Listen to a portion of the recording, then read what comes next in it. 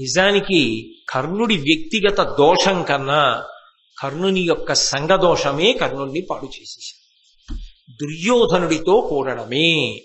మహాభారతాన్ని వినండి, మహాభారతాన్ని చదువుకోండి అని ఎందుకు చెప్తారంటే, ఒకడు ఎంత మంచివాడు కానివ్వండి, వ్యక్తిగతంగా ఎంత క్రమశిక్షణ కలిగిన వాడు కానివ్వండి, వాడు సరి అయిన వాడితో కూడలేదనుకోండి స్నేహంలో, వాడు మంచివాడైనా వాడు సంఘదోషము కలిగిన వాడైతే, సరి అయిన వాడితో కలిసి తిరగకపోతే, స్నేహితులను సరి అయిన వాళ్ళని ఎంచుకోకుండా అధర్మం వైపు తిరగడం మొదలు పెడితే ఈశ్వరానుగ్రహమునకు దూరమైపోతాడు.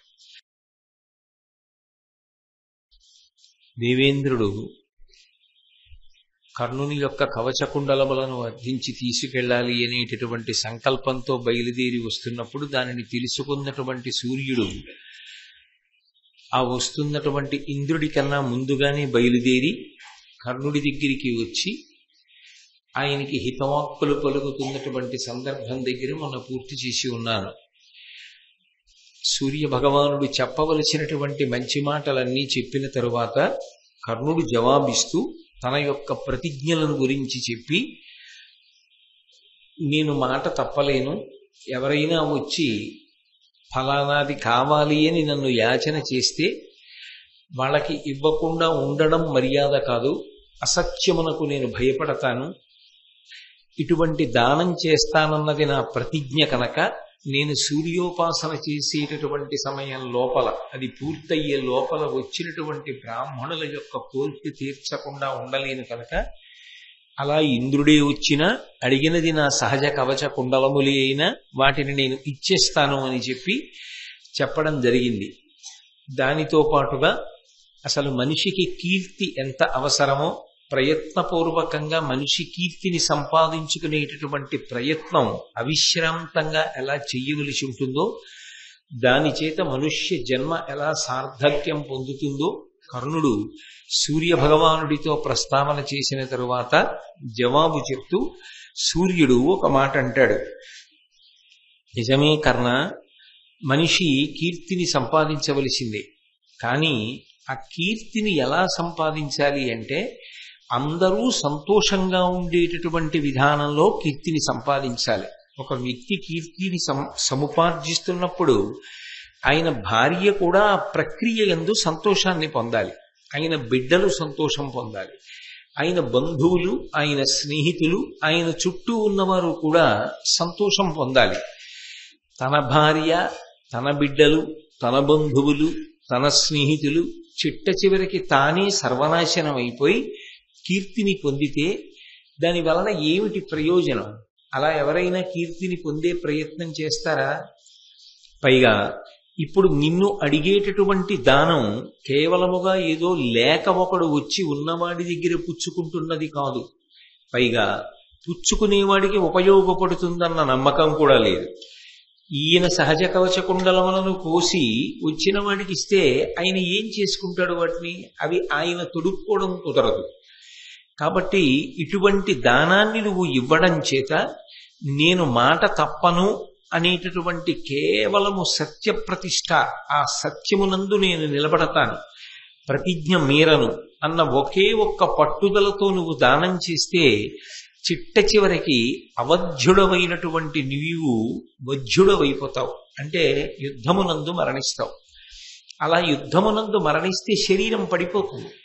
శరీరము పరమేశ్వరుడిచ్చినటువంటి అపూర్వమైన కానుక. అందరి శరీరాలు పడిపోతాయి, కానీ నీ శరీరం పడకుండా ఈ సహజ కవచ కుండలములు ఉన్నాయి. వాటిని ఇచ్చేయడము అంటే నువ్వు కూడా మరణించడానికి సిద్ధపడిపోయినట్టు. అందరిలా మరణించకుండా ఉండడం నీకు సాధ్యం కాదు, అవధ్యుడవై ఉండలేవు. కాబట్టి యుద్ధమునందు వధింపబడతావు కనుక ఇది నీ ప్రాణములకు సంబంధించిన విషయం కాబట్టి దీనిని ఇచ్చేస్తాను అని ఎందుకు మంకుతనం పడతావు?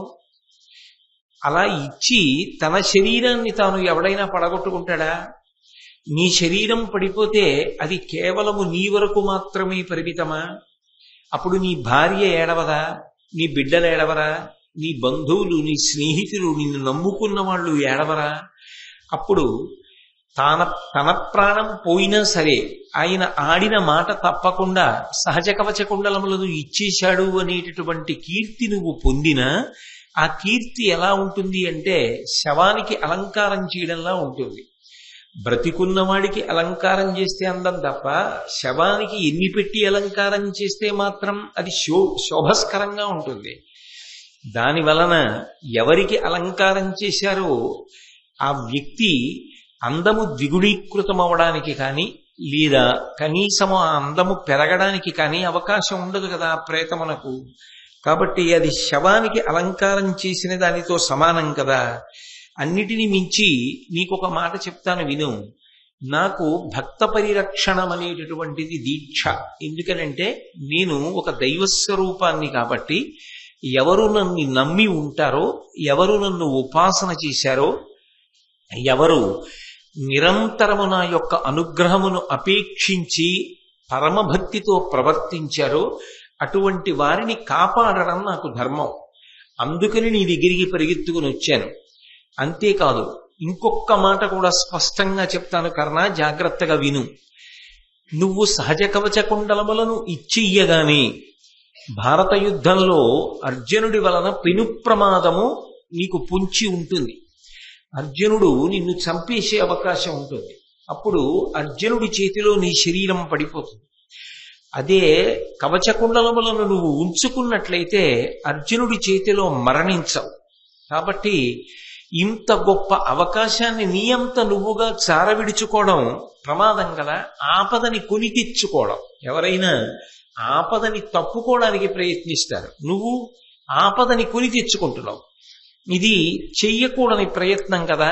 అయితే నా మీద నీకిందుకింత ఆప్యాయత అంటావేమో, అది దేవరహస్యం. తెలియవలసిన సమయంలో నీకు తెలుస్తుంది. నేను నీ తండ్రిని అని చెప్పలేదు, చెప్పకుండా ఈ దేవరహస్యం నీకు కానుకొక కాలమునందు తెలుస్తుంది. తెలిసిన తరువాత నువ్వు దీన్ని అర్థం చేసుకుంటావు. ఎందుకంటే ఇది జరిగింది ఆరణ్య పర్వంలో. కుంతీదేవి వెళ్ళి అడిగినటువంటి సందర్భం ఉద్యోగ పర్వం. ఆరణ్య పర్వం తర్వాత విరాట పర్వం, విరాట పర్వం తర్వాత ఉద్యోగ పర్వం. అందుకని ఉద్యోగ పర్వంలో కుంతీదేవి మాట్లాడుతూ నువ్వు నా పుత్రుడివి అని చెప్పినప్పుడు మాత్రం సూర్యమండలం నుంచి సూర్యుడు మాట్లాడాడు. అవును, ఆవిడ చెప్తున్నది సత్యమే, ఆమె నీ తల్లి, ఆమె చెప్పినట్టుగా ప్రవర్తించు అని. కానీ ఆరణ్య పర్వంలో దేవేంద్రుడు ఈ కవచకుండలములను తీసుకెళ్లడానికి వచ్చిన సందర్భంలో మాత్రం సూర్యుడు నేను నీ తండ్రిని అన్న మాట కర్ణుడితో చెప్పలేదు.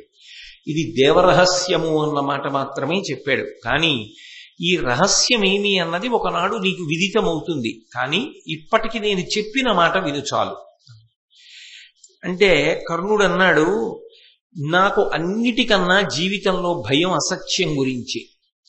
నేను యమదండన గురించి, యమపాశము గురించి, యమధర్మరాజు గారి గురించి కూడా భయపడను, కానీ అసత్య దోషములకు భయపడతాను. కాబట్టి నేను ఇస్తాను అని ప్రతిజ్ఞ చేశాను.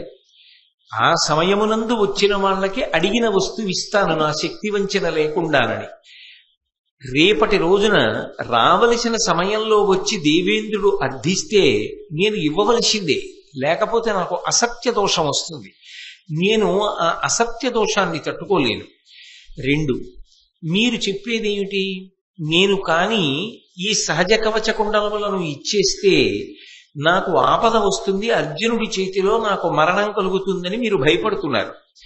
కానీ నేను ఒక్క విషయాన్ని మనవి చేస్తాను సూర్యభగవానుడా, జాగ్రత్తగా వినండి. నేను ద్రోణాచార్యుల వారి దగ్గర అనేకమైనటువంటి అస్త్రములు పొందాను. పరశురాముణ్ణి సేవించి పరశురాముడి దగ్గర ఎన్నో అస్త్రములను సంపాదించాను. అనేక దివ్యాస్త్రములు నా దగ్గర ఉన్నాయి. ఇన్ని దివ్యాస్త్రములు నా వద్ద ఉండగా అర్జునుడు నన్ను ఏదో చేస్తాడన్న భయం అక్కర్లేదు. నేను ఈ దివ్యాస్త్రములను ప్రయోగించడం ద్వారా అర్జునుణ్ణి నిగ్రహించగలిగినటువంటి శక్తి నాకున్నది. కవచకుండలములు లేనంత మాత్రము చేత నాకు వచ్చేటటువంటి ఇబ్బంది లేదు. అసత్య దోషాన్ని పొంది కవచకుండలములను ఉంచుకున్నంత మాత్రం చేత నాకు కలిగేటటువంటి అధికమైన ప్రయోజనము లేనప్పుడు సత్యములందు మాత్రమే నిలబడి నాకున్నటువంటి దివ్యమైన అస్త్రబలము చేత అర్జునుణ్ణి భారత యుద్ధంలో నిగ్రహించడం నాకు కీర్తికారకం. అందుకని మీరు ఇంత ప్రేమతో వచ్చి నాకు చెప్పారు, కానీ నేను మీ మాట పెడచెవిని పెడుతున్నాను అని మీ మనసుని కష్టపెట్టుకోకుండా దయచేసి నేను చెప్పినటువంటి భావనని జాగ్రత్తగా అర్థం చేసుకునే ప్రయత్నం చెయ్యండి అని నమస్కరించాడు. అయితే కర్ణుడు మాట వినేటట్టు లేడు, కవచకుండలములను ఇచ్చేస్తాడు అని చెప్పి సూర్యుడికి అర్థమైంది. ఆయన ఇంకొక్క మాట చెప్తాను, పోనీ ఆ పని చెయ్యి, కవచకుండలములను ఇవ్వకుండా ఉండను, ఇచ్చేస్తానంటున్నావు, ఇచ్చేసే ముందు ఇంద్రుడి దగ్గర శక్తి అని ఒక గొప్ప అస్త్రం ఉన్నది, ఆ అస్త్రాన్ని అడిగి తీసుకో. ఎందుకని అంటే వైరుల చంపి చంపి వెసవొచ్చు గరంబున కాజిలోన అద్దారుణ శక్తి వాసవుడు దానవతొల్లి సహస్ర సంఖ్యలం క్రూర సురారి సంఘముల కూల్చే మహాభుజ నీకు నిమ్మిన ఘోరపు సాధనంబు దొరకొన్న అవశ్యము గెల్తు వైరులన్. ఇంద్రుడి దగ్గర ఉన్నటువంటి ఆ శక్తి అనేటటువంటి మహాస్త్రం అద్భుతమైనటువంటి శక్తి కలది. దానికి ఒక లక్షణం ఉంది, దాన్ని ఎన్ని మాటలైనా ప్రయోగించవచ్చు. అది ఏదో ఒక మాట మాత్రమే ప్రయోగించాలనేటటువంటి నియమం లేదు దానికి. అది ఎన్ని మాటలు వేసినా వైరుల చంపి చంపి వెసవచ్చు గరంబున కాజిలోన. ఆజీ అంటే యుద్ధంలో ఎన్ని మాటలు ప్రయోగిస్తే అన్ని మాటలు ఎంతమందినైనా చంపి చంపి ఎవరెవరిని చంపమంటే వాళ్ళని చంపి వెనక్కి వస్తూ ఉంటుంది. అంత గొప్ప శక్తి. ఆ శక్తి అన్న అస్త్రంతోటే దేవేంద్రుడు ఇతపూర్వం ఎన్నో యుద్ధాల్లో అసంఖ్యాకమైనటువంటి రాక్షసుల్ని పరిమార్చాడు. కాబట్టి నువ్వొక మాట అడుగు, నువ్వు అడిగినట్టుగా కవచకుండలాలు ఇస్తాను, కానీ నేను కవచకుండలాలు ఇవ్వడానికి పూర్వమే నువ్వు నాకు ఆ శక్తి అనబడేటటువంటి అస్త్రాన్ని నాకు ఇవ్వాలి. ఇస్తే అప్పుడు నేను నీకు సహజ కవచకుండలములను తీసి ఇచ్చేస్తాను అని చెప్పు అని చెప్పి ఆ అస్త్రాన్ని తీసుకో, అది నీకు వశమవుతుంది. ఇప్పుడు ఈ అస్త్రంతో నీకు ఎదురొచ్చినటువంటి వాడు ఎంతటి వాడైనా పడిపోవలసిందే. ఇక ఆ అస్త్రానికి ఎదురు లేదు, దాన్ని భంజించడం ఎవరికీ సాధ్యం కాదు. కాబట్టి భారత యుద్ధంలో శత్రువులను నువ్వు పడగొట్టగలుగుతావు. కాబట్టి నువ్వు ఆ శక్తి అన్న అస్త్రాన్ని తీసుకో. అది అంటారా? తీసుకుంటారు. ఇందులో మీరు ఒక్క విషయాన్ని గమనించండి. కర్ణుడు ఏమంటున్నాడు? నేను దానం చేస్తాను, నాకు వ్రతం అంటున్నాడు. దానం చేసేవాడు అవతలవాడు నాకు ఇది ఇస్తే నేను ఇది ఇస్తానంటే అది దానం అవుతుందా? అలా ఎలా అవుతుంది అసలు? ఏమీ ఆశించకుండా ఇదం నమమ, ఇది నాది కాదు అని చతుర్థీ విభక్తి వేసి దానం చేస్తే అది అవతల వారికి దానం ఇచ్చారు అంటారు. అంతే తప్ప మీరు నాకు ముందు ఇది ఇస్తే నేను మీకు ఇది ఇస్తా అంటే అది దానం అవుతుంది అని చెప్పడం కుదురుతుందా? కుదరదు. అందుకే ఆయన అంతకాలము దానములు చెయ్యలేదని చెప్పడానికి మాత్రం సాధ్యం కాదు. ఆయనకి వ్రతం ఉన్నది, ఆయన దానములు చేశాడు. మహానుభావుడు, ఎంతో కీర్తి సంపాదించిన వాడే. కానీ ఇంద్రుడికి కవచకుండలాలు ఇచ్చేటటువంటి సందర్భంలో మాత్రం సూర్యుని యొక్క బోధని అనుసరించి కర్ణుడు కవచకుండలములను దానము చేశాడు అని చెప్పడం మాత్రం యథార్థానికి అంత తేలిక విషయం కాదు. ఎందుకంటే దానమునకు సంబంధించినటువంటి నియమము ఈ ప్రత్యేకమైనటువంటి సందర్భమునందు అన్వయమైంది అని చెప్పడం కుదరదు. నేను ఎంత పెద్దది దానం చేయనివ్వండి, రూపాయి కాసు అవతల వారి దగ్గర పుచ్చుకున్నా అది దానం అవ్వదు. ఎందుకంటే ప్రతిఫలం పుచ్చేసుకున్నాను కాబట్టి ఈ వస్తువుని వేరొక ప్రతిఫలానికి ఇవ్వడం అవుతుంది తప్ప ఏమీ ఆశించకుండా ఇతరులకు ఇచ్చినదే దానం అవుతుంది. అందుకే అది దానం అవుతుంది అన్న విషయంలో స్పష్టత లోపించడం జరిగింది. మంత్రోపాసన చేశాడు, వచ్చి సూర్యనారాయణుడికి నమస్కారం చేస్తున్నాడు. అనేక మంది బ్రాహ్మణులు వచ్చారు, అందులో ఇంద్రుడు కూడా బ్రాహ్మణ వేషంలోనే వచ్చాడు. భిక్షాంబీహి అన్నాడు. వచ్చిన వాళ్ళందరినీ పంపిస్తూ ఈయన దగ్గరికి వచ్చాడు. ఏం కావాలని అడిగాడు. నీకు సహజముగా ఉన్నటువంటి కవచకుండలములను నాకు ఇయ్యి, మాట తప్పకుండా ఈ వేళ లోపల వచ్చిన వాడికి అడిగినది ఇస్తానని నీకు వ్రతం, కాబట్టి నేను అడిగినది నాకు అంటే ఆయన కొంతసేపు వాదించాడు. ఏం చేసుకుంటావు నేను నా కవచ కుండలాలు కోసి ఇచ్చేస్తే? అవి నాకు శరీరములో అంతర్భాగం, నేను పుట్టినప్పుడు ఉన్నాయి. నేను ఒకవేళ నా శరీరాన్ని కోసి ఉత్తరించి కవచకుండలములను తీసేసి నీకు ఇచ్చేసినా అవి నువ్వు వాడుకోవడానికి పనికిరావు కదా, ఇతరులకు ఇవ్వడానికి పనికిరావు కదా. నా శరీరము వికృతమైన రూపాన్ని పొందుతుంది కదా. మరి అటువంటప్పుడు ఆ కవచకుండలములే కావాలని ఎందుకు పట్టుబడతావు? నీకు అనేకమైన గోవులు ఇస్తాను, భూములు ఇస్తాను, సువర్ణం ఇస్తాను, రజితం ఇస్తాను, వెండి బంగారం ఇస్తాను. నీకు ఇంకేమైనా కావాలా అడుగు. అంతే తప్ప ఆ సహజ కవచ కుండలములు మాత్రమే ఇమ్మని మంకు పట్టు కూర్చుంటావేమిటి? దాని వలన ప్రయోజనం ఒకటి ఉండాలి కదా. తీసుకుంటే నీకు ప్రయోజనము లేదు, నాకు అప్రయోజనం. కాబట్టి ఎందుకు అడుగుతావు? ఇంకోటి ఏమైనా అడుగు అన్నాడు. నిజానికి దానం అడిగినది ఇచ్చేస్తాను అన్నప్పుడు ఈ చర్చకి కూడా అవకాశం ఉండదు. ఎందుకంటే మరి ఘోరమైన వ్రతాలు పట్టినప్పుడు ఫలితాలు కానీ ఆచరణ కానీ అంత క్లిష్టంగానూ ఉంటాయి. అయితే శరీరాన్ని కోసివ్వడం అనేటటువంటిది అంత తేలిక విషయం కాదు. కారణం లేకుండా అసందర్భంగా అవతలవాడు అడిగినప్పుడు అలా కర్ణుడు మాట్లాడడం కూడా తప్పు అని నిర్ధారించేయడం సాహసం అవుతుంది. ఎందుకనంటే ఎవరైనా తన శరీరాన్ని ముందు కాపాడుకోవాలి. శరీరమాద్యం కులు ధర్మ సాధనం అని కదా. అయినప్పుడు కవచకుండలములను కోసి ఇవ్వడానికి ముందర వీటి వలన నీకే ఉపయోగం, నీకు ఇతర పదార్థములను ఇస్తాను అని కర్ణుడు అనడం దోషము అని అనేయడం మహాసాహసం. అలా అనడం కుదిరే విషయం కాదు. కర్ణుడు ఆపాటి స్వాతంత్ర్యం తీసుకోవచ్చు. అయితే ప్రతిఫలం అడిగి దానం చేయడంలో దోషం వస్తుందేమో కానీ ఈ మాట అనడం తప్పు అని చెప్పడం మాత్రం కొంచెం కష్టమే అవుతుంది. అయినా ఆ వచ్చిన వ్యక్తి వినలేదు. నాకు కవచకుండలములే కావాలి అని పట్టు కూర్చున్నాడు. అప్పుడు కర్ణుడు ఆ వచ్చిన వ్యక్తి వంక తిరిగి, ఎరిగితి నిన్ను నేను విభుదేంద్రుడవీయు జగత్రయంబు గ్రచ్చర భవదీయ రక్షణమునంద వెలుంగుచునుండా అట్టి నిన్నరువుగా నేను వేడుకొన యుక్తుడగాన మొరంగి నన్ను నక్కరపడి నీవు వేడుటిది కర్జమే నిర్జిత దైత్య చెప్పుమా. ఓ రాక్షస సంహారం చేసేటటువంటి దేవేంద్రుడా, ఏమిటి అసలు ఈ విచిత్రం? వచ్చినవాడు వేషం కట్టి వచ్చాడు తప్ప నువ్వు ఇంద్రుడవు అన్న విషయం నాకు తెలుసు. నువ్వు నా కవచకుండలములను అపహరించి భారత యుద్ధంలో నాకు ప్రమాదాన్ని తీసుకురావడానికి వచ్చావన్న విషయం కూడా నాకు సుస్పష్టంగా తెలుసు. అయితే నాకొక్క అనుమానం, జగత్రయంబు గచ్చర భవదీయ రక్షణమునంద వెలుంగుచునుండు, మూడు లోకములను రక్షించడానికి కావలసిన సామర్థ్యము నీ దగ్గర కదా ఉంది.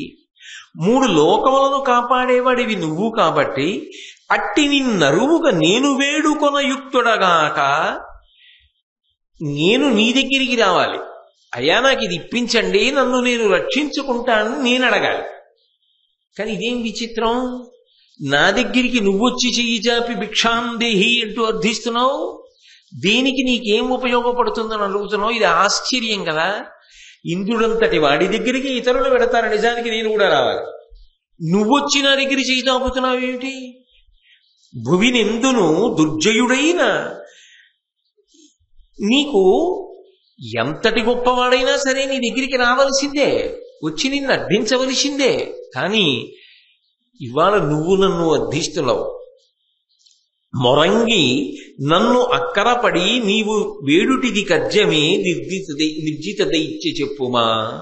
ఇలా అడగచ్చా చెప్పు అన్నాడు. అయినా ఆయన దేవేంద్ర రూపాన్ని పొందినప్పటికీ నేను రావలసిన సమయంలో వచ్చాను కాబట్టి నీ ప్రతిజ్ఞ నిలబెట్టుకోవడానికి నీ కవచకుండలములను నాకు ఇవ్వవలసిందే.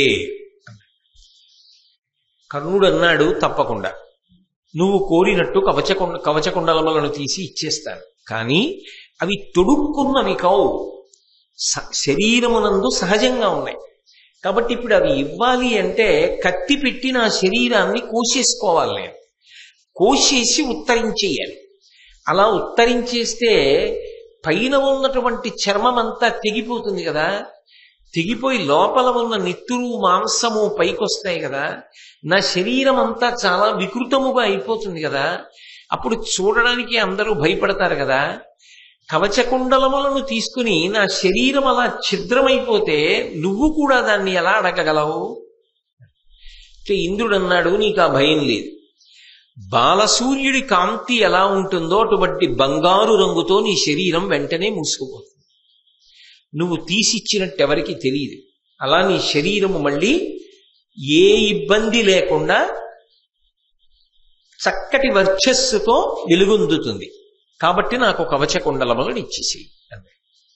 సరే, నేను ఇచ్చే ముందు నాదొక కోరిక. మీరు నాకు మీ దగ్గర ఉన్నటువంటి శక్తి అనబడేటటువంటి అమోఘమైనటువంటి అస్త్రాన్ని నాకు ఇవ్వండి. మీరు నాకు ఆ అస్త్రాన్ని ఇస్తే నేను మీకు కవచకుండలములను ఇచ్చేస్తాను. అయితే వచ్చినవాడు ఇంద్రుడు కదా, ఇంద్రుడికి ఏం కావాలి? కవచకుండలములు కావాలి. అందుకని ఆయన ఒక్క క్షణం ఆలోచించి అన్నాడు, తప్పకుండా ఇస్తాను, కానీ ఒక్క షరతుతో ఇస్తాను. ఏ షరతుతో ఇస్తానో తెలుసా? ఇచ్చద శక్తి నీకు వినుమెర్పడ నాజి మదీయ శత్రులం గ్రచ్చర చంపి చంపి అది గ్రమ్మర చేతికి వచ్చుచుండు నీకిచ్చుట అట్లు కాదు. భువినెందును దుర్జయుడైన నీ రిపున్ జెచ్చెర దున్కు ఒక్కరిని చేకురనన్ను భజించు క్రమ్మరన్. కర్ణుడా, ఈ శక్తి అన్న అస్త్రం పరమ అమోఘమని నీకు తెలుసు. నా విషయంలో దీనికి ఓ లక్షణం ఉంది. నేను ఈ శక్తిని ఎన్ని మాటలు ప్రయోగించినా, ఎవరెవరి మీద ప్రయోగించినా వాళ్ళని చంపి మళ్ళీ వెనక్కి వచ్చి నన్ను చేరుకుంటూ ఉంటుంది ఆ అస్త్రం. దాన్ని ఒక మాటో 2 మాటలో 100 మాటలో 10,000 మాటలో ప్రయోగించాలనేటటువంటి నియమం ఏం లేదు. నేను ఎన్ని మార్లైనా ప్రయోగిస్తూ ఉంటాను. అందుకే వినుమెర్పడ నాజి మదీయ శత్రులంగచ్చర చంపి చంపి అది గ్రమ్మర చేతికి వచ్చుచుండు. ఎన్ని మాటలు వేస్తే అన్ని మాటలు ఎవరి మీద వేశానో వాళ్ళని చంపుతూ ఉంటుంది, వచ్చేస్తూ ఉంటుంది వెనక్కి. నీకిచ్చుట అట్లు కాదు. నీకు ఆ అస్త్రం ఇచ్చినప్పుడు మాత్రం అలా ఇవ్వడం జరగదు. నీ విషయంలో అలా పనిచేయదు. నీకు మాత్రం నియమం ఏమిటంటే, భువినెందును దుర్జయుడైన నీ రిపున్ జెచ్చెర దున్ము ఒక్కరిని. అది ఒక్కసారి మాత్రమే పనిచేస్తుంది. అది కూడా ఎవరి మీద పనిచేస్తుంది? నీకు ప్రాణ సంకటం ఏర్పడాలి. ప్రాణ సంకటం ఏర్పడి అయ్య బాబోయ్ వీడిని చంపడానికి దీన్ని ఉపయోగించడం వినా మార్గం లేదని నువ్వు ప్రయోగించాలి తప్ప, ఏ సంకటం లేకుండా నువ్వు ఆ అస్త్రాన్ని ప్రయోగించే ప్రయత్నం చేసినా, నీకు ఆపద లేకుండానే ప్రయోగించినా అది నీ మీదకే వచ్చి నీ మీద పనిచేస్తుంది. ఆ నియమానికి ఒప్పుకుంటే ఇస్తా. అది కూడా ఒక్కసారే పనిచేస్తుంది. ఆ పని చేసేటప్పుడు కూడా నీకెవరి మీదో కోపం వచ్చిందని చెప్పి వేస్తే అది పనిచేయదు. వాడు జగదేక వీరుడై ఉండాలి, సామాన్యుడై ఉండకూడదు. చాలా గొప్ప వీరుడై ఉండాలి. నీకు ఆపద ఉండాలి, ప్రాణ సంకట స్థితి ఏర్పడి ఉండాలి. అప్పుడు నువ్వు ప్రయోగిస్తే ఒక్కసారి మాత్రమే పనిచేస్తుందంటే అలా ఒక్కడిని మాత్రమే చంపి నా దగ్గరికి వచ్చేస్తుంది. నేను ప్రయోగిస్తే ఎన్ని మాటలైనా మళ్ళీ వెనక్కి వస్తుంది. నీవు ప్రయోగిస్తే ఒకసారి పనిచేసి వెనక్కి వచ్చేస్తుంది, నా దగ్గరికి వస్తుంది. ఇక నీకు పనిచేయదు. కాబట్టి అది పెట్టి నువ్వు ఒక్కడిని చంపగలవు. నీకు ప్రబల శత్రువు ఎవరుంటాడో, ఎవరు జగదేక వీరుడై ఉంటాడో, ఎవడు సామాన్యుడు కాడో, ఎవడి వలన నీకు ప్రాణ సంకటం ఏర్పడుతుందో, ఎవడు నీ ఆపదకు కారకుడో అటువంటి వాణ్ణి నువ్వు చంపగలవు. అది నీకు ఇస్తాను అంటే కర్ణుడు అన్నాడు, తప్పకుండా నాకు కావలసినది. నాకున్న ప్రధాన శత్రువు ఒక్కడే. ఎవరు? ఆ ఒక్క శత్రువు మీద ఇది వేసేస్తాను చాలు. ఈ కవచకుండలములు లేకపోయినా నాకు పర్వాలేదు. ఈ కవచకుండలములు ఉంటే మాత్రం అర్జునుడి చేతిలో ఓడిపోలా. ఇప్పుడు ఈ అస్త్రం ఉంటే అర్జునుడిని పడగొట్టేస్తాను. కాబట్టి నాకు ఆ అస్త్రాన్ని ఇయ్యి, నేను నా ప్రబల వైరి ఎవరున్నారో అతని మీద వేస్తాను. పేరు చెప్పలేదు. చెప్పకపోయినా మీరే చెప్పేశారు, నేనే చెప్పేశాను. ఇంద్రుడు చెప్పాడు. ఇంద్రుడు అన్నాడు నవ్వి, అది అర్జునుడి మీద వేద్దాం అనుకుంటున్నావు నువ్వు. అందుకని నాకున్నది ఒక్కడే శత్రువు. ప్రబల శత్రువు. ఆ ప్రబల శత్రువు మీద నేను దీన్ని ప్రయోగిస్తాను అని కదా అంటున్నావు. కానీ ఒక్క విషయాన్ని బాగా ఆలోచించుకో. నీ అభిలాష మేనుమది నిక్కమిరుంగుదు, ఉగ్రశౌర్య తేజోయుతు పార్థునోత్తునని చూచెదు. నీకది ఎలతీరురాధేయ, దయావిధేయుడు, విధేయ జగత్రయుండు, అవ్యయుండు, నారాయణుడు మహాత్మునకు రక్షకుడు, ఎరికివాడు సాధ్యుడే. నువ్వు చంపేస్తాను అర్జునుడిని అనుకుంటున్నావు కదా, కానీ అర్జునుణ్ణి చంపడం అనేటటువంటిది అంత తేలికమైన విషయము అని నువ్వు అనుకుంటున్నావా? అది సాధ్యం కాదు. నువ్వు అర్జునుణ్ణి ఈ అస్త్రంతో చంపడం కుదరదు. ఎందుకు కుదరదంటావా?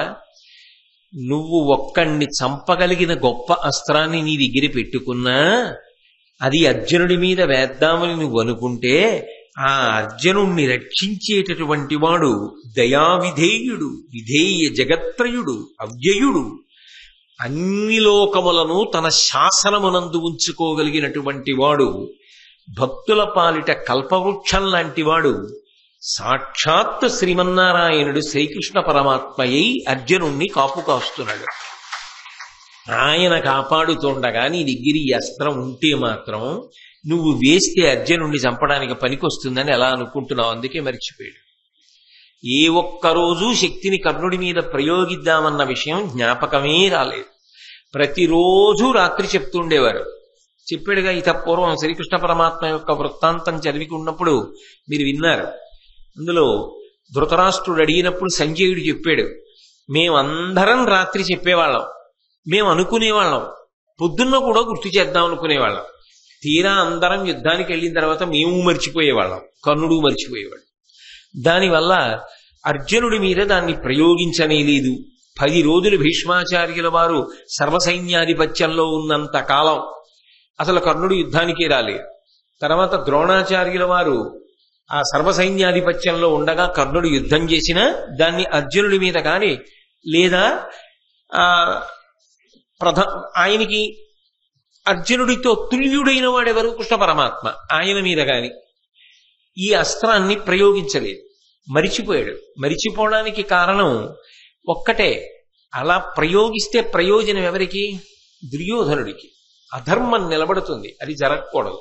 అందుకే మరిచిపోయాడు. మరిచిపోయి దాన్ని ప్రయోగించలేదు. కాబట్టి నీవు అర్జునుణ్ణి నిర్జించలేవు. నువ్వు అనుకుంటున్నావు అర్జునుణ్ణి చంపుతానని. శ్రీమన్నారాయణుడు కాపు కాచి ఉండగా ఎన్ని అస్త్రాలు ఉంటే మాత్రం ఏం చేస్తావు కర్ణ అని ఒక్క నవ్వు నవ్వాడు. ఈ ఒక్క పద్యం మనకు బాగా వంట పడితే ఆయన అనుగ్రహం ఒక్కటి మన ఎందుండగా రాశి ఫలములు ఎలా ఉన్నా మీరు బెగ్గబెట్టుకోకర్లేదు కదా. అన్ని లోకములకు ఆయన అధిపతి, అందరూ ఆయనకి దాసానదాసులు. సమస్త లోకములను నియంత్రించగలిగిన కృష్ణ పరమాత్మ పొదివి పట్టి ఉండగా అర్జునుణ్ణి ఎవరు ఏం చెనకేరు? పరమేశ్వరుడి యొక్క పాదములు నమ్మి ఉండగా, ఆయన ఎందు భక్తితో ఉండగా ఏ రాశి ఫలాలు మాత్రం ఏం చెయ్యగలవు? పాము గరవ్వలసింది చీమ గరిచి విడిచిపెడుతుంది. కాబట్టి భగవద్భక్తి అనేటటువంటిది ఎంత గొప్పదో, భగవంతుని చేత రక్షింపబడుతున్న వాడి విషయంలో ఎవ్వరూ ఏవి ఎందుకు చెయ్యలేరో ఇంద్రుడు ఆ రోజునే స్పష్టంగా కర్ణుడితో చెప్పడం జరిగింది. తదనంతరం ఆ కవచకుండలములను తీసి ఇచ్చేయడం కోసమని ఒక కత్తి తీసి తన శరీరాన్నంతటినీ కోసి ఆ కవచకుండలములను ఉత్తరించి ఇంద్రుడికి దానం చేశాడు. ఇంద్రుడిచ్చిన వరం ప్రకారంగా బాలభాను తేజంతో శరీరం అంతా మళ్ళీ చక్కటి కాంతితో కప్పబడిపోయింది. అయితే అది ప్రతిఫలం పుచ్చుకొని దానం చేశాడనండి, దాని వలన ఫలితాన్ని పొందడానికి ప్రయత్నం చేశాడనండి, తన ప్రధాన శత్రువైన అర్జునుడి మీద ప్రయోగించడానికి కావలసిన అస్త్రాన్ని ఇంద్రుడి దగ్గర పొందిన తరువాత దానం చేశాడనండి. కర్ణుడిలా అలా దానం చెయ్యగలిగినటువంటి వాళ్ళు మాత్రం లోకంలో ఉండదు. ఒడ్డున కూర్చుని ఎన్నైనా విమర్శలు చెయ్యొచ్చు, ఒడ్డున కూర్చుని ఎన్ని మాటలైనా చెప్పచ్చు, కానీ అలాంటి పని చెయ్యడం మాత్రం అంత తేలిక విషయం ఎవరికీ కాదు. అందుకే కర్ణుడు ఇటువంటి దానాన్ని చేసినప్పుడు ఆశ్చర్యం ఏమిటంటే సాధారణంగా లోకంలో జరగని అద్భుతం జరిగింది. యక్ష, కిన్నెర, సిద్ధ, సాధ్య దేవతలందరూ కూడా పైన దేవదుందుభులు మోగిస్తూ పుష్పవృష్టి కురిపించారు కర్ణుడి మీద. ఆ సంఘటన ఒక్కటి చాలు. కర్ణుడు ఎంత అద్భుతమైనటువంటి కృత్యాన్ని చేశాడు, ఎంత అసాధారణమైన దానం చేశాడు అన్న విషయం అర్థమవుతుంది. అయితే ఇందులో పెద్ద పరిశీలనాత్మకమైన విషయం ఏమిటంటే, దీన్ని సాధారణంగా పిలిచేటప్పుడు ఏమంటారంటే, ఇంద్రుడు కర్ణుని యొక్క కవచకుండలములను అపహరించుట అంటారు. అపహరించుట అంటే దొంగిలించుట. దొంగిలించేవాడు ఎవరి వస్తువుని దొంగిలిద్దామనుకుంటున్నారో ఆయనకి తెలియకుండా ఎక్కువ జాగ్రత్త పడతాడు. 2, ఇతరులకు ఎవరికైనా తెలిసినా వెళ్ళి ఆయనకి చెప్తారేమో అని ఇంకెవరికి తెలియకుండా జాగ్రత్త పడతాడు. నిజానికి ఎవరి దగ్గర పట్టుకెడదాం అనుకుంటున్నాడో ఆయనకి తెలిసిపోయింది. సూర్యుడికి తెలిసి ఉండబట్టే కదా వచ్చి కర్ణుడికి చెప్పాడు. 2, ఎవరి దగ్గర అసలు కవచ కుండలాలు అడుగుదాం అనుకుంటున్నాడో ఆ కర్ణుడికి తెలుసు రేపు వస్తున్నాడు అని. వచ్చిన వాడిని ఆయనే చెప్పాడు, నువ్వు ఇంద్రుడివి నాకు తెలుసు, ఇదెక్కడి ప్రారంభం, ఇన్ని లోకములు నేలవలసిన వాడి వచ్చి నా దగ్గర చెయ్యి చాపి నువ్వు అడుగుతున్నావు అని అడిగాడు. కాబట్టి ఒకటి, అసలు కర్ణుడికి తెలియకుండా ఆయన తీసుకున్నాడు అనడానికి అందులో పొంతనలేదు. అది అలా తీసుకునే వస్తువు కాదు, అది శరీరం కోసి తీయవలసినటువంటిది. అది కర్ణుడు సహజంగా తానే కోసి తీసి ఇచ్చాడు, అపూర్వత్యాగం. అయినప్పుడు అసలు ఇంద్రుడు అపహరించాడు అన్న మాట ఎలా వాడతారు? కర్ణుని సహజ కవచ కుండలములను ఇంద్రుడు అపహరించుట అన్న మాట ఎలా అన్వయం అవుతుంది అక్కడ అంటే, అపహరణము జరిగింది, దొంగతనం జరిగింది. ఎలా జరిగింది దొంగతనం అంటారేమో, మహాభారతానికి ఒక పెద్ద మలుపు తిరిగింది దీనివల్ల. దాని చేత ఒక అపహరణము కూడా అంతర్లీనం. మీరు జాగ్రత్తగా ఆలోచించండి. మొట్టమొదట సూర్య భగవానుడు వచ్చినప్పుడు కర్ణుడితో ఏమని చెప్పాడు? ఎందుకు ఇవ్వద్దన్నాడు కవచకుండలాలు? అమృతమయంబు సువ్వెసుగుణాకర ఈ మహనీయ వస్తుయుగ్మము ఇవి యుండునేని త్రిజగంబులయందు అశేష శత్రు లోకమునకు నీవు వజ్జుడవు కావు. ఈ కవచము కుండలములు కూడా అమృతత్వమును పొంది ఉన్నాయి, అమృత శక్తితో ఉన్నాయి, అమృతము చేత పూతము చేయబడి ఉన్నాయి. అందుకే ఈ కవచము ఈ కుండలములు నీ శరీరమునందు ఉన్నంత కాలము నీవు అవధ్యుడవు, నీవు మరణించవు. ఓడిపోకుండా ఉంటాడా? కుదరదు, ఓడిపోతాడు. కానీ మరణించకుండా ఉంటాడు. అయితే ఏమండి, మరణించకుండా ఉన్నవాడు అవతల వాడిని పడగొట్టడం తేలిక కదా, చంపగలడు కదా మరి అంటారా? మరి కౌరవుల వైపు అశ్వత్థామ చిరంజీవి లేడా? ఏం చేశాడు? కృపాచార్యుడు చిరంజీవి లేడా? ఏం చేశాడు? కృతవర్మ బతికి లేడా? ఏం చేశాడు? అంటే అవధ్యుడు, సంపడానికి వీలు లేదు అన్నవాడు కొత్తగా కర్ణుడు ఆ జాబితాలోకి వెళ్ళక్కర్లా, అప్పటికే ఓ జాబితా ఉంది. అందులో ఎవరేం చేశారు? పాండవులు విజయం పొందకుండా ఏమీ చేయలేకపోయారు. కాబట్టి కొత్తగా కర్ణుడు అవధ్యుడైతే పాండవులకు ఏమవుతుంది? అర్జునుడి చేతిలో ఓడిపోకుండా ఉంటాడని ఏమైనా నమ్మకం ఉందా? ఏం నమ్మకం లేదు. ఆ మాటకొస్తే అభిమన్యుడి చేతిలో కూడా ఓడిపోయాడు. కాబట్టి అర్జునుడి చేతిలో కూడా ఓడిపోతాడు. ఇంతకుముందు ఎన్ని మాటలు ఓడిపోలేదు? కానీ మీరు ఒక్కటి ఆలోచించండి, ఇత పూర్వం ఓడిపోవడం వేరు, ఇప్పుడు ఓడిపోవడం వేరు. ఇప్పుడు అర్జునుడు కర్ణుణ్ణి దారుణంగా ఓడించి ఇక ఎప్పుడూ యుద్ధభూమికి తిరిగి రావలసినటువంటి అవకాశం లేని రీతిలో తరిమి కొట్టి దుర్యోధనాదులందరినీ చంపేశారనుకోండి. చంపేశారుగా. కర్ణుడు సర్వసైన్యాధిపతిగా ఉండగానే దుశ్శాసనుడిని చంపారు. ద్రోణుడో భీష్ముడో ఉన్నప్పుడు చంపలేదు. దురదృష్టం ఏమిటంటే కర్ణుడి యొక్క సర్వసైన్యాధిపత్యంలో చచ్చిపోయాడు దుశ్శాసనుడు. అయినప్పుడు కర్ణుడు బతికుండగా దుర్యోధనుడు చచ్చిపోయాడు, కర్ణుడు బతికుండగా దుశ్శాసనుడు చచ్చిపోయాడు, కర్ణుడు బతికుండగా శల్య ఇతర వీరులు అందరూ కూడా మరణించారు. కౌరవపక్షం ఓడిపోయాడు. తనని నమ్ముకున్న రారాజు వీరస్వర్గాన్ని అలంకరించాడు. కర్ణుడు బతికిపోయాడు. ఎందుకంటే అవధ్యుడు, చావడం, బతికున్నాడు. ఒక్క కర్ణుడు ఎంత ప్రయత్నించినా అర్జునుడిని చంపలేడు. అప్పుడు కర్ణుడు బతికి చనిపోయినట్ట. కర్ణుడు భారతంలో చనిపోతే చచ్చిపోయి బతికేసినట్ట. ఏది తేలిక? దుర్యోధనుడు చావక ముందే కర్ణుడు చచ్చిపోయాడు అనుకోండి. తాను ఏ ప్రతిజ్ఞ కోసం కుంతీదేవి రమ్మన్నా వెళ్ళలేదో, ఏ ప్రతిజ్ఞ కోసం కృష్ణుడు రమ్మన్నా వెళ్ళలేదో, ఏ ప్రతిజ్ఞ కోసం భీష్ముడు చెప్పినా వెళ్ళలేదో, ఏ ప్రతిజ్ఞ కోసమని జీవితంలో అన్నీ త్యాగం చేశాడో ఆ త్యాగం పరిపూర్ణమైపోయి కర్ణుడి జీవితం పండిపోతుంది. అక్కడికలా లేదు, ఈ కవచ కుండలాలు ఉండిపోయాయి కాబట్టి కర్ణుడు ఓడింపబడ్డాడు అర్జునుడి చేత. మిగిలిన వాళ్ళందరినీ చంపేశాడు. ఎవరి కోసం కర్ణుడు యుద్ధం చేయాలి? కర్ణుడు తనకి రాజ్యం పొందుదామని యుద్ధం చేస్తానని ఎప్పుడన్నా అన్నాడా? తనకి రాజ్యం కావాలంటే, తను పట్టాభిషేకం చేసుకోవాలంటే కర్ణుడు యుద్ధం చేయక్కల్లా, పాండవుల వైపుకి వెళ్ళిపోతే చాలు. కర్ణుడికి కావలసింది ఏమిటి? దుర్యోధనుడు రాజవడం. దుర్యోధనుడు రాజు అయ్యే అవకాశం ఉంటే కృష్ణుడు అటు పక్కన ఉంటాడా? ఉండడుగా. ధర్మం అటుందిగా, అది కర్ణుడికే తెలుసుగా, చెప్పేశాడుగా కృష్ణ భగవానుడితోటి. ఖచ్చితంగా ధర్మరాజు గారు గెలుస్తాడు, పట్టాభిషిక్తుడు అవుతాడని చెప్పాడుగా. దుర్యోధనాదులు మడిసిపోతారని ఆయనే చెప్పాడుగా. దుర్యోధనుడి కన్నా ముందు కర్ణుడు పడిపోయాడు అనుకోండి. ఆయన జీవితంలో ఒక గొప్ప తృప్తితో అక్కడికి పూర్తి అయిపోతుంది భారతంలో. దుర్యోధనుడు చచ్చిపోయాక కర్ణుడు బతికుండిపోయాడు అనుకోండి, ఆ బతుకు కాదు, క్షణ చావు. ఎందుకని? అనేక సమస్యలు వచ్చేస్తాయి. తర్వాత ధర్మరాజు గారికి తెలిసిందనుకోండి, కర్ణుడు పట్టాభిషేకం పొందాడు, కర్ణుడు ఉండగా ధర్మరాజు చేసుకోడు, కాబట్టి కర్ణుడు మరణించాలి. దుర్యోధనుడు మరణించి కర్ణుడు ఉన్నాడు అనుకోండి, కర్ణుడు బతకలేడు. నిరంతరం చచ్చిపోతూనే ఉంటాడు మానసికంగా, కానీ చావడం. ఎందుకంటే కవచకుండలాలున్నాయి. తన చావు కోసం తానే తీసేసేయాలి, కోసేసి.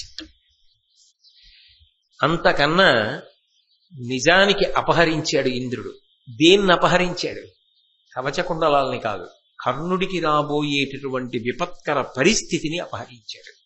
అంత బాధ నువ్వు పడకూడదు కర్ణ. స్నేహితుడి కోసం ప్రాణాలు వదిలేయడానికి సిద్ధపడ్డవాడివి. ఆ స్నేహితుడి కన్నా ప్రాణాలు ముందు వదిలేయడానికి కావలసిన అవకాశం నీకు కల్పించేస్తాను. మరి సూర్యుడు ఎందుకు రావాలి? కర్ణుడి యొక్క గొప్పతనం ఏమిటో లోకానికి తెలియచెప్పడానికి. కాబట్టి ఇప్పుడు ఆలోచించండి, నిజానికి ఇంద్రుడు అపహరించినవి కవచకుండలాలు కావు. ఇంద్రుడు అపహరించింది కర్ణుడు కూడా ఊహించని రీతిలో అలా సౌఖ్యంగా ఇన్ని బాధలు పడకుండా మరణించడానికి అవకాశం ఇచ్చేశాడు. అయితే శక్తినిచ్చాడు. మరి ఈ శక్తి ఒక్కమారు పనిచేస్తుందని వరం ఇచ్చాడు కదా, అది అర్జునుడి మీద వెయ్యగలిగాడా కర్ణుడు? అది ఇంద్రుడు ఎప్పుడో చెప్పాడు. శ్రీమన్నారాయణుడు ఆదుకుని ఉండగా నువ్వు వెయ్యలేవు, నీకు సాధ్యం కాదు. మరి ఎవరి మీద వేశాడు? ఉపయోగించాలి కదా. అసలు ఉపయోగించలేదనుకోండి, మళ్ళీ భారతంలో ఒక పెద్ద ప్రశ్న అవుతుంది. అసలు కర్ణుడి శక్తి ప్రయోగించాల?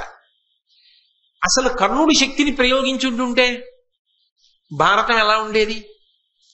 అందుకని కేవలం కృష్ణుడు గెలిపించాడంతే. అన్యాయం కదా అంటారా? అనరా?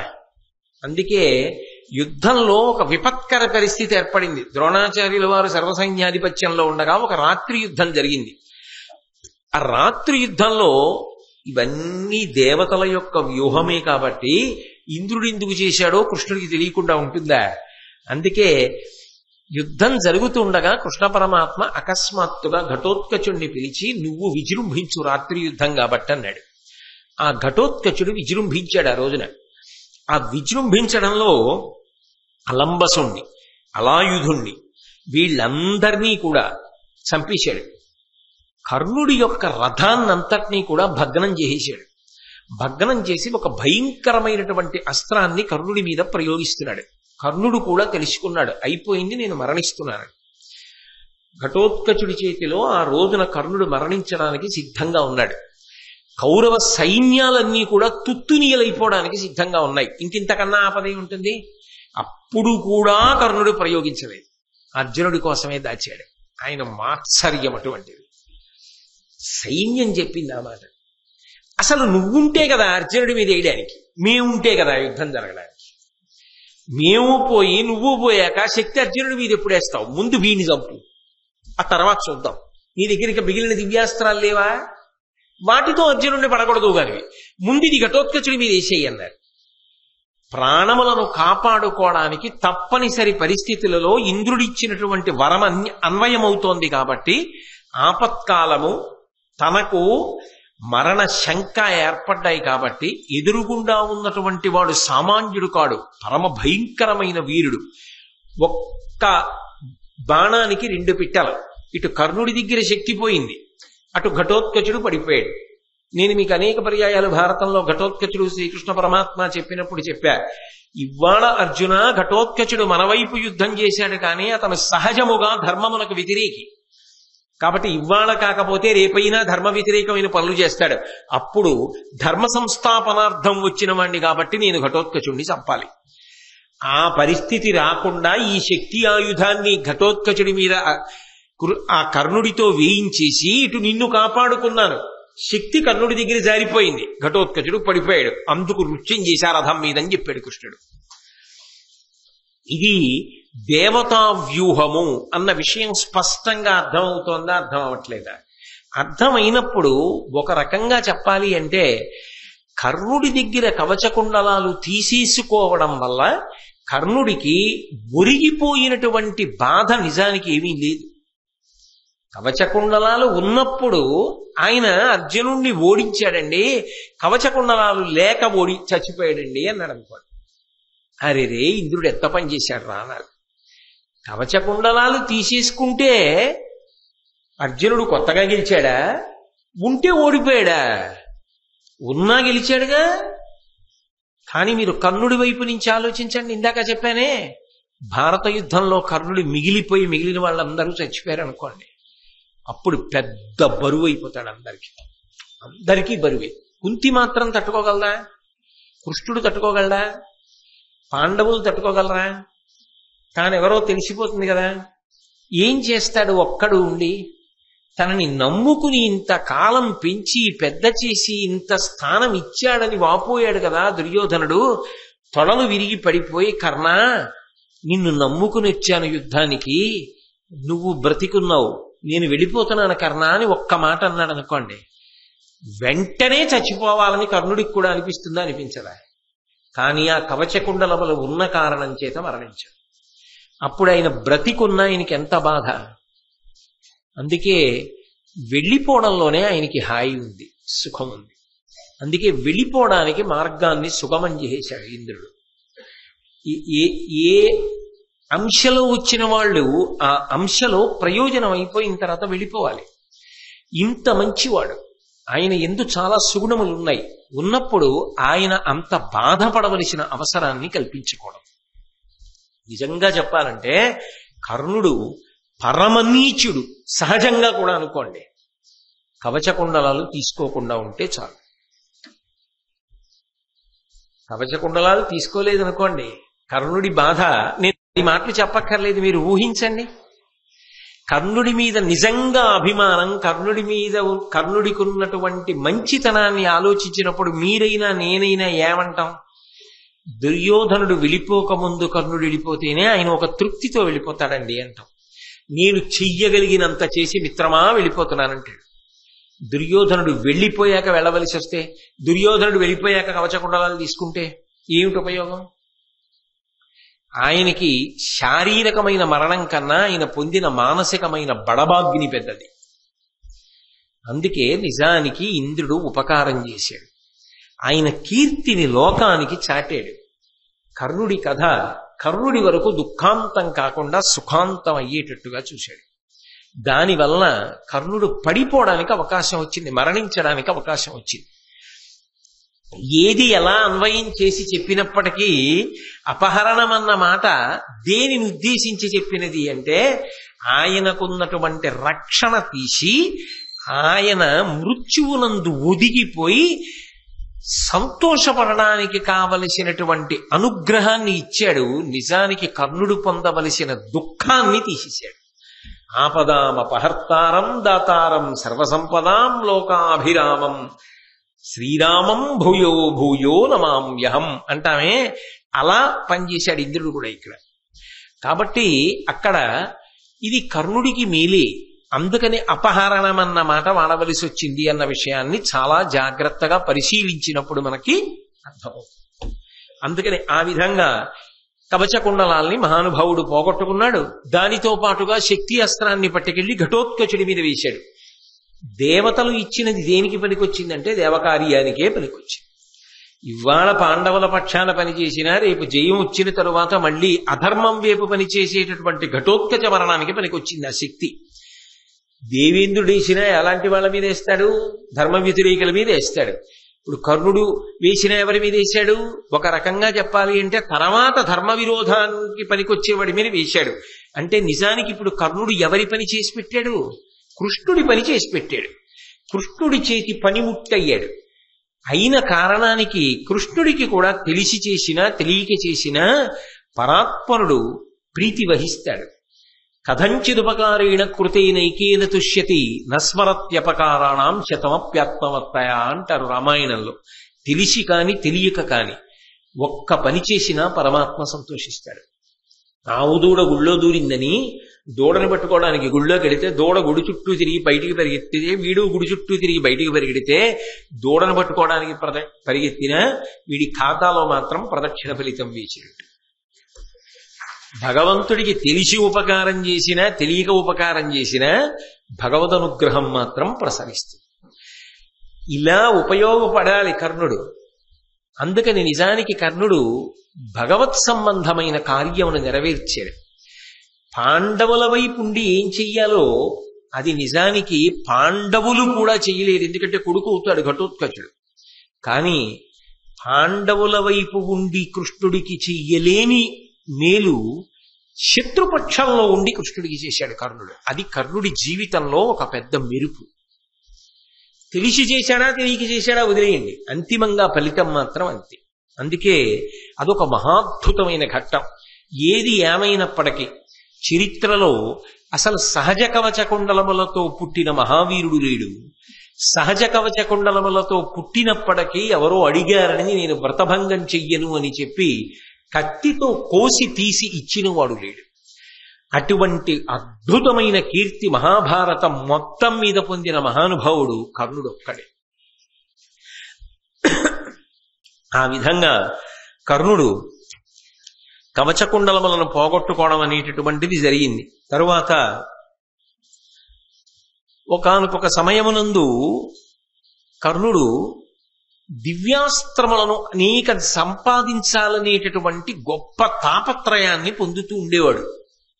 అదంతా మహాభారత యుద్ధానికి ఆయన రావడానికి పూర్వం జరిగిన విషయం.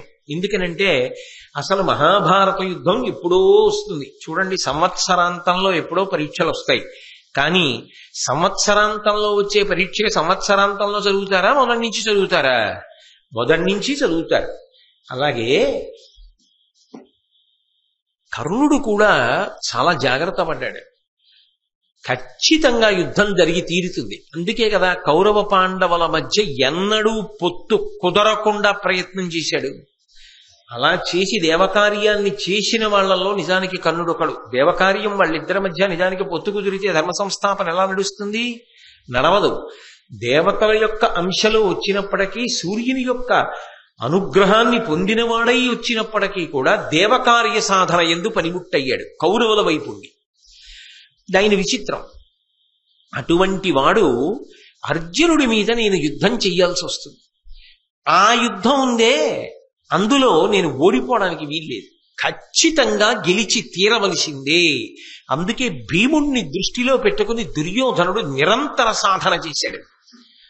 అర్జునుణ్ణి దృష్టిలో పెట్టుకుని కర్ణుడు నిరంతర సాధన చేశాడు.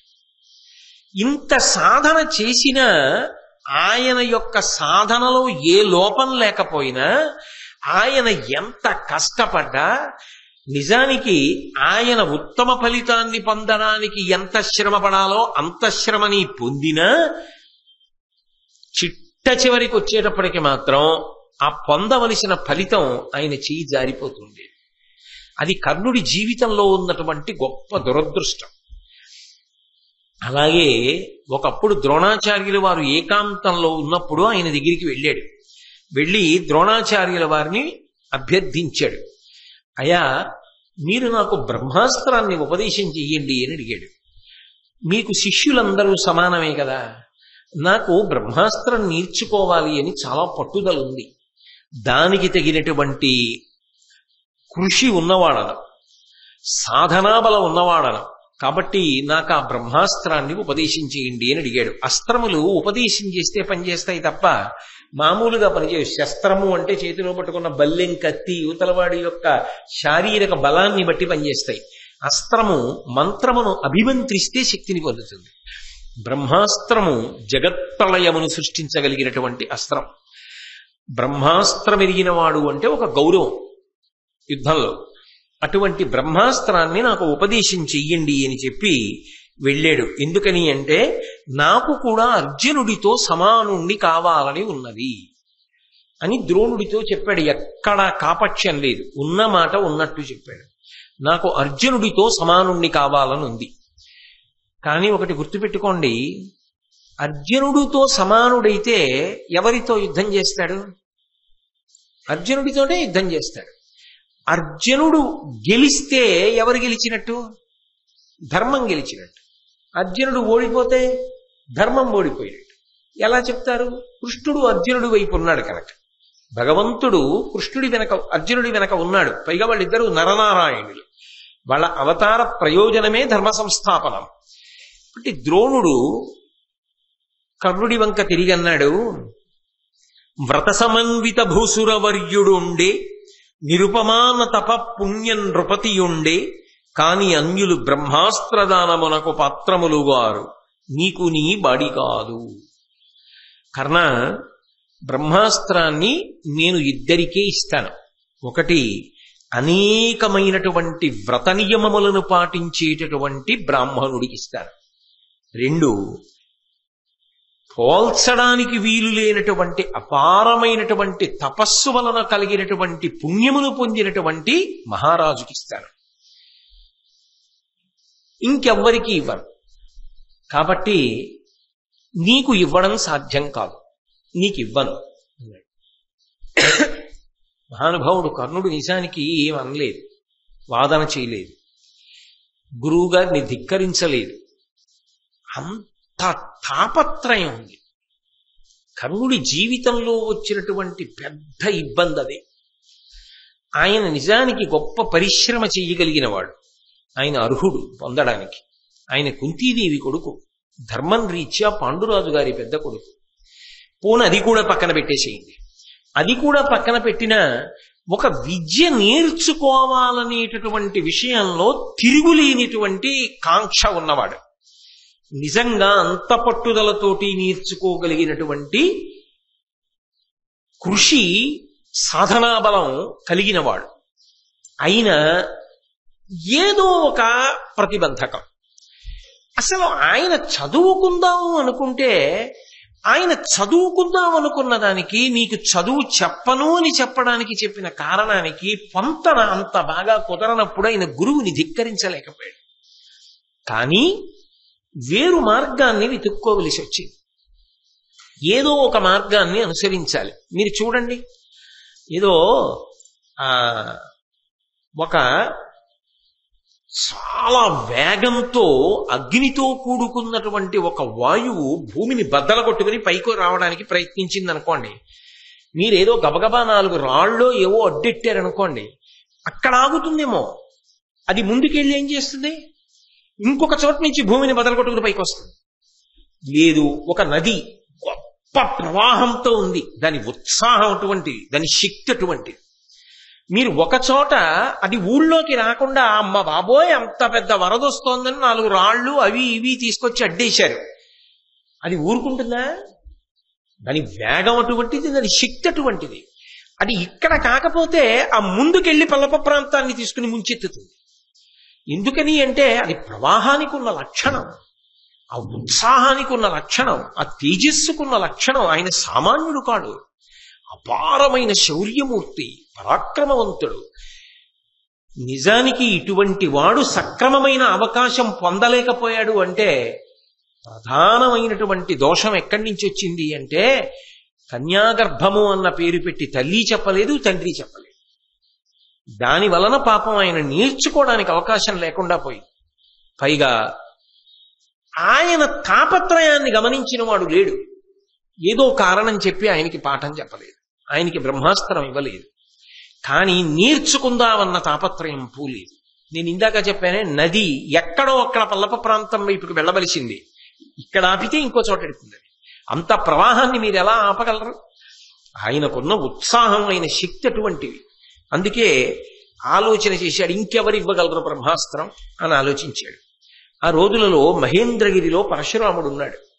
పరశురాముడి దగ్గర నేను ఈ బ్రహ్మాస్త్రాన్ని ఉపదేశం పొందాలి, కానీ నేను పరశురాముడి దగ్గరికి వెళ్ళిన తరువాత పరశురాముడు కూడా ఇదే ప్రసక్తి తీసుకొస్తే ఎలా?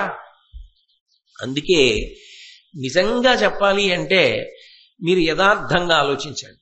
నేను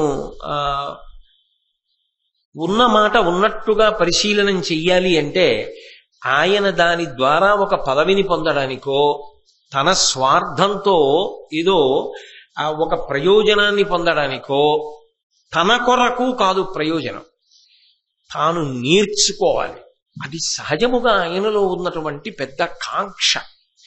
కానీ పరశురాముడు కూడా ఇదే ప్రశ్న వేస్తే, నువ్వెవరు అని అడిగితే మళ్ళీ చదువుకోవడానికి అడ్డొస్తుంది. గురు శుశ్రూష చేసి అస్త్రబలం పొందలేను అని అబద్ధమాడాడు. తప్పనిసరి పరిస్థితి, అందుకని అబద్ధం చెప్పవలసి వచ్చింది. అందుకని మహేంద్రగిరి మీద ఉన్నటువంటి పరశురాముడి దగ్గరికి వెళ్ళి, అయ్యా మీరు నన్ను శిష్యుడిగా స్వీకరించండి, నేను భృగు వంశంలో పుట్టినవాడను అని చెప్పాడు. పరశురాముడు సంతోషంగా శిష్యుడిగా స్వీకరించాడు. స్వీకరించి అనేక అస్త్రములను నేర్పుతున్నాడు. అసలే ఉత్సాహం. దానికి తోడు ఇప్పుడు పరశురాముడి శిష్యుడయ్యాడు, ఎన్నో అస్త్రములు పొందుతున్నాడు. ఎంత సంతోషంగా ఉంటుంది. కాబట్టి ఇక నాకు గురి తప్పకూడదు, అర్జునుడిని కొట్టాలి. నిరంతర సాధన చేస్తున్నాడు. ఆ సాధన చేసేటప్పుడు ఏదో ఒక లక్ష్యాన్ని గురిపెట్టి కొట్టడమే. అదే పనిగా సాధన చేస్తున్నాడు పరశురాముడి ఆశ్రమంలో. ఆయన ప్రారంధం ఆ సాధన చేసే సమయంలో ఆయన ఏదో ప్రమాదము లేని దాన్ని గురిపెట్టి కొట్టాలని లక్ష్యం పెట్టుకున్నాడు. ఓ చెట్టుకెళ్ళి బాణం తగిలిందని కొన్న తర్వాత తీసేస్తాడు. ఆ చెట్టుకు వచ్చిన నష్టం ఏముంది? అలా ఏవో లక్ష్యాలు పెట్టుకుని కొడుతున్నాడు. అనుకోకుండా అక్కడికి ఆ పక్కనే ఆశ్రమంలో ఉన్నటువంటి ఒక బ్రాహ్మణుడి యొక్క ధేనువు, ఆవు దూడ పరిగెత్తుకొచ్చింది అడ్డంగా. ఈ బాణం వెళ్లి దాని శరీరంలోకి దిగడం, ఆ ధేనువు చచ్చిపోవడం ఒక్కసారి. కర్ణుడి ప్రారంధం ఏంటంటే, చచ్చిపోయింది ఒక్క దూడ. నేను తక్కువ ప్రాణం అని అనను, కానీ దానికి ఎంత పెద్ద శాపం ఇచ్చేశాడో తెలుసా బ్రాహ్మణుడు? నువ్వు ఎవరినో మనసులో పెట్టుకుని ఇంత ఘోరమైన సాధన చేస్తున్నావు, అదే పనిగా బాణములు వేస్తున్నావు. ఎవరినో దృష్టిలో పెట్టుకుని నువ్వు చేసిన సాధనలో నువ్వు సరిగా చూడకపోవడం వల్ల నా ధేనువు చచ్చిపోయింది. కాబట్టి నిజంగా నువ్వు ఎవరితో యుద్ధం చెయ్యాలనుకుంటున్నావో వాడితో యుద్ధం వచ్చినప్పుడు నీ రథచక్రం భూమిలో దిగిపోతుంది, పైకి లేవదు. ఇంకేం యుద్ధం? ఇంకా దేనికి చేస్తాడా యుద్ధం? అంటే ఆయన ఎంత బలాన్ని పొందుదాం అనుకుంటున్నాడో అంత బలం క్షీణించిపోతోంది, రెట్టింపు. ఒక పక్క నుంచి పొందుతున్నది వేరొక పక్క నుంచి జారిపోతోంది. ఇక ఆయన ఎలాగా శౌర్యవంతుడు, అర్జునుడికి సాటైనటువంటి విలుకాడు కాగలడు? ఓన్లీ రథచక్రం దిగిపోతే దిగిపోయింది. పరశురాముడి దగ్గర దివ్యాస్త్రముల ఉపదేశం పొందుతానన్నాడు. కానీ ఆయన ఉత్సాహం చాలా గొప్పదండి. ఏ మాటకా మాటే. ఇన్ని శాపాలు వచ్చి మీద పడిపోతున్నా, ఇంతమంది ఇన్ని రకాలుగా ఇన్ని పాపం వృద్ధిలోకి రాకుండా అడ్డుపడుతున్నా, తాను మాత్రం తాపత్రయ పడుతూనే ఉన్నాడు గొప్పవాణ్ణి కావాలని. ఏమి జీవితం కర్ణుడిది! నిజంగా ఆ పట్టుదల, ఆ సాధనా బలం, వాటిని మెచ్చుకోవద్దు. పరశురాముడి దగ్గర శుశ్రూష చేస్తూ అనేకమైనటువంటి అస్త్రములను ఉపదేశం పొందుతూ చక్కగా శిష్యుడిగా వృద్ధిలోకి వస్తున్నాడు. ప్రారంధం అన్నాను కదా. ఆయన ఇలా ఉండగా ఒక రోజున ఒక విచిత్రం జరిగింది. పరశురాముడు ఎంతో సంతోషించాడు. కర్ణ, నీ యొక్క గురుభక్తికి, నీ సాధనకి, నీకున్నటువంటి ఓర్పుకి, గురువుగారికి శుశ్రూష చేసి విద్య నేర్చుకోవడంలో ఎంత దీక్ష ఉండాలి. అందుకని నీ దీక్షా తత్పరతకి మెచ్చుకున్నాను. నీకు బ్రహ్మాస్త్రాన్ని ఉపదేశం చేస్తున్నానని బ్రహ్మాస్త్రాన్ని ఉపదేశం చేశాడు. కర్ణుడి జీవితంలో ఏ పెద్ద అస్త్రం లభించాలో అది లభించింది.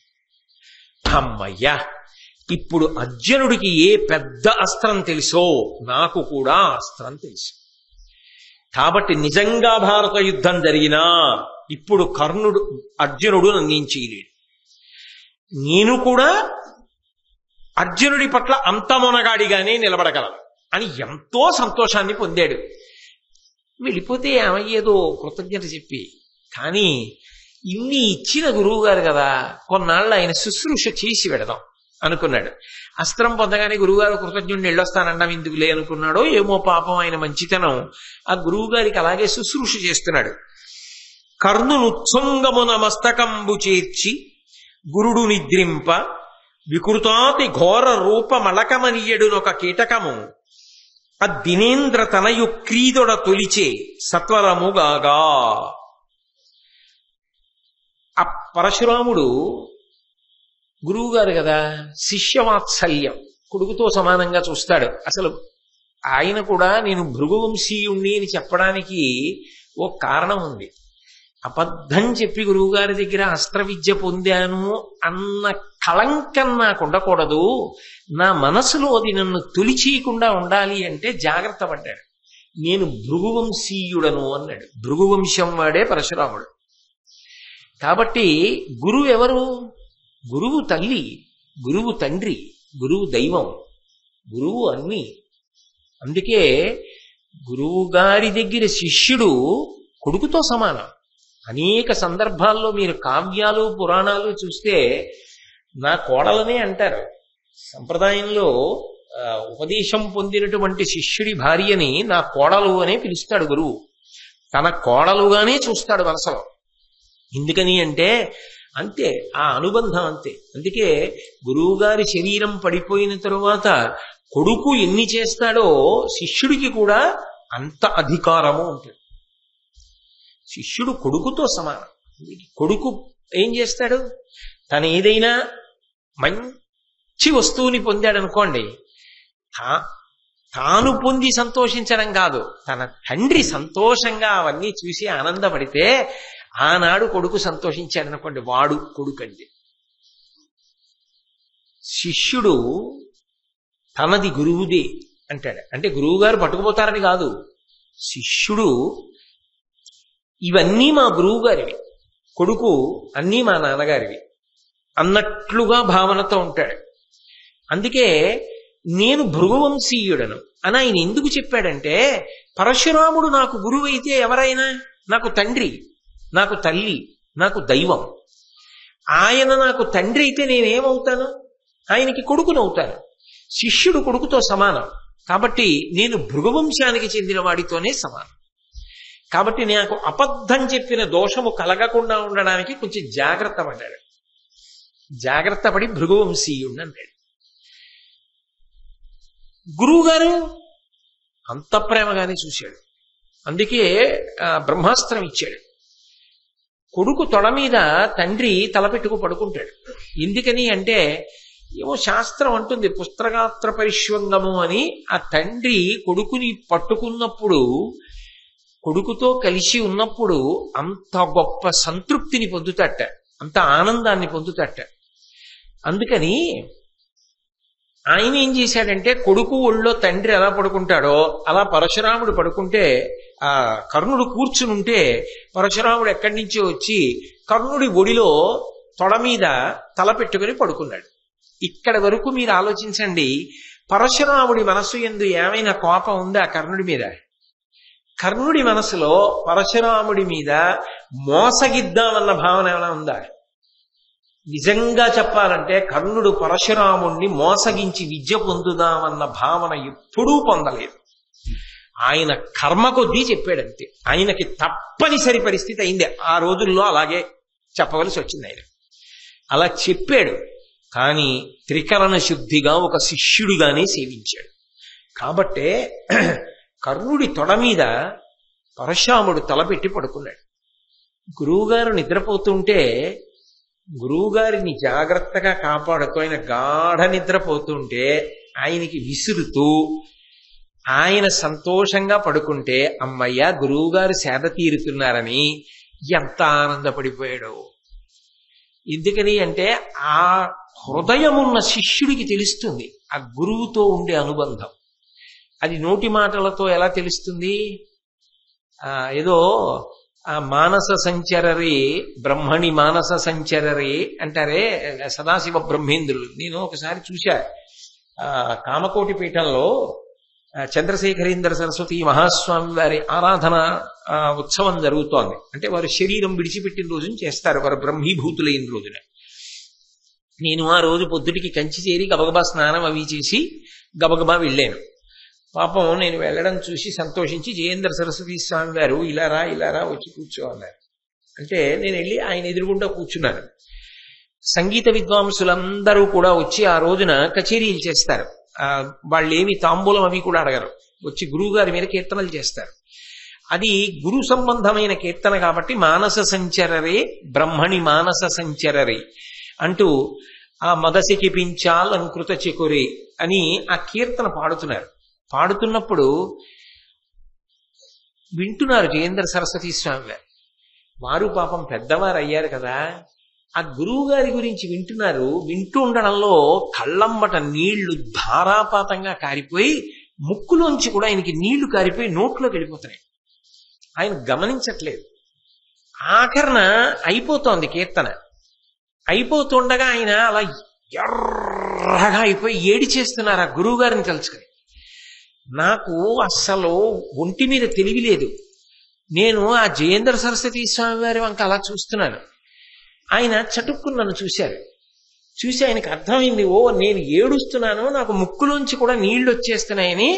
ఆ కాషాయం గుడ్డ తీసి తుడుచుకున్నారు కదా, ఆగలేదు ఆయనకి.